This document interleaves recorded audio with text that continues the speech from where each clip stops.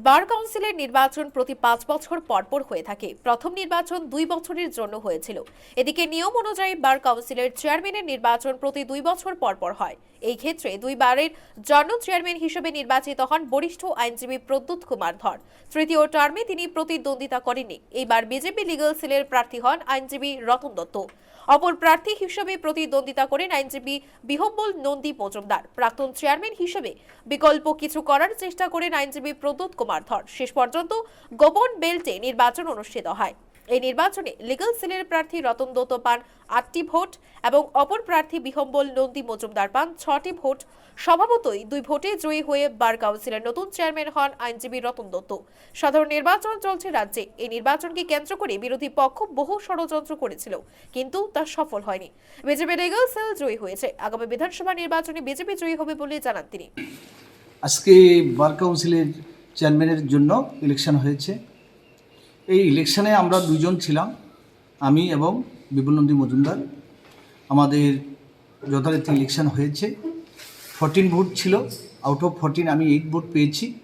আমাদের senior advocate বিপুল নন্দী মজুমদার আমার দাদার মতোই, উনি 6 ভোট পেয়েছেন। তা যথারীতি যেহেতু আমি 8 ভোট পেয়েছি, আমি এজ এ চেয়ারম্যান হিসাবে ইলেক্টেড হয়েছি এবং আমাদের কার্যকাল শুরু হবে আগামীকাল থেকে। আর আমার এখানে যেটা সবচেয়ে বেশি বলার, আজকে হেভি কন্টেস্টের মধ্যে হয়েছে। আমি বিজেপি লিগ্যাল সেলের ক্যান্ডিডেট এবং আমাদের 9 জন মেম্বার ছিল। 8 জন মেম্বার আমার উপর কনফিডেন্স রাখতে পেরেছেন, আমাকে আশীর্বাদ করেছেন নেক্সট চেয়ারম্যানের জন্য।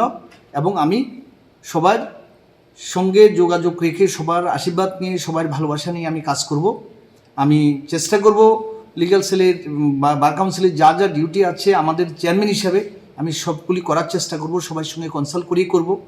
আর আমাদের যে আমার আগে যে চেয়ারম্যান ছিলেন, এখন আমাদের সামনে আছেন পিকে দত্ত স্যার, উনি অনেক কিছু করেছেন। ওনার যে পথ, উনি যেভাবে এগিয়েছেন, আমরাও সেইভাবে প্রসিড করব এবং আমরা যখন যা দরকার ওনার পরামর্শ নেব। এবং আমরা আশা করি আমরা লয়ারদের জন্য কিছু করতে, যা করেছি আরও করব এবং আমরা সব মেম্বারদের সহযোগিতা কামনা করি এবং আমরা ভবিষ্যতে লয়ের জন্য অনেক কিছু করার প্রকল্প আছে, আমাদের প্ল্যান আছে, আমরা এটা করব। রবিবার নতুন চেয়ারম্যানকে হাইকোর্টে স্বাগত জানানো হয়। ভাইস চেয়ারম্যান হিসেবে বিনা প্রতিদ্বন্দ্বিতায় জয়ী হয় কাকলি দেব।